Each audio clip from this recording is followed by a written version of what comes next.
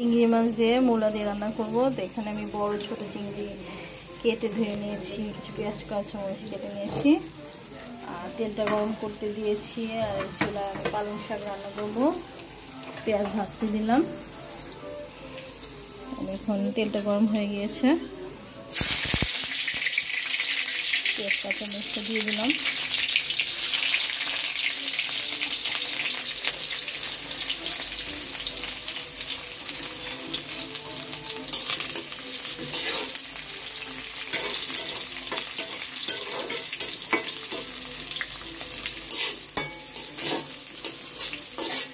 পেঁয়াজটা সামান্য একটু নেড়ে আমি চিংড়ি মাছটাও সাথে দিয়ে দিব।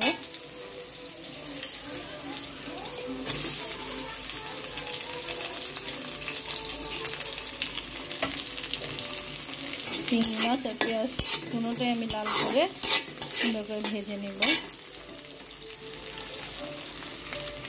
আর আমি পালং শাকটা সিদ্ধ করব না, পেঁয়াজ রসুন কাঁচামরিচ হালকা একটু ব্রাউন কালার হলে আমি পালং শাকটা দিয়ে দেব, আর স্বাদ মতো লবণ দিয়ে দেব। তো আমার এখানে চিংড়ি আর পেঁয়াজগুলো খুব সুন্দর করে ব্রাউন কালার হয়ে গিয়েছে। এখন আমি মশলাগুলো দিয়ে দিব। জিরে বাটা, আদা বাটা, ধনিয়ার গুঁড়া, হলুদ মরিচের ফাঁকি আর স্বাদ মতো লবণ দিয়ে দিলাম। আর এই মশলাটা একটু পানি দিয়ে গুলিয়ে দিব। ভালো করে মশলাটা আমি সুন্দর করে কষিয়ে নিব। আসলে বৃষ্টির দিনে চিংড়ি মাছ দিয়ে মূলা দিয়ে আর রান্না হওয়ার পর একটু ধনে পাতা দিয়ে খুবই একটা টেস্ট আসে।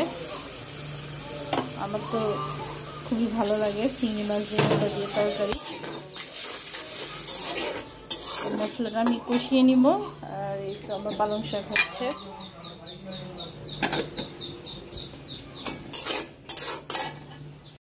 এখানে মশলাটা খুব সুন্দর করে কষানো শেষ।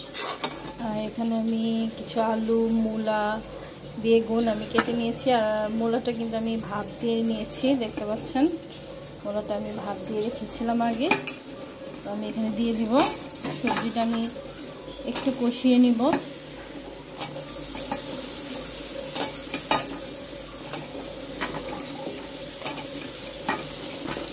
সামান্য একটু পানি দিয়ে আমি সবজিটা কষিয়ে নেব।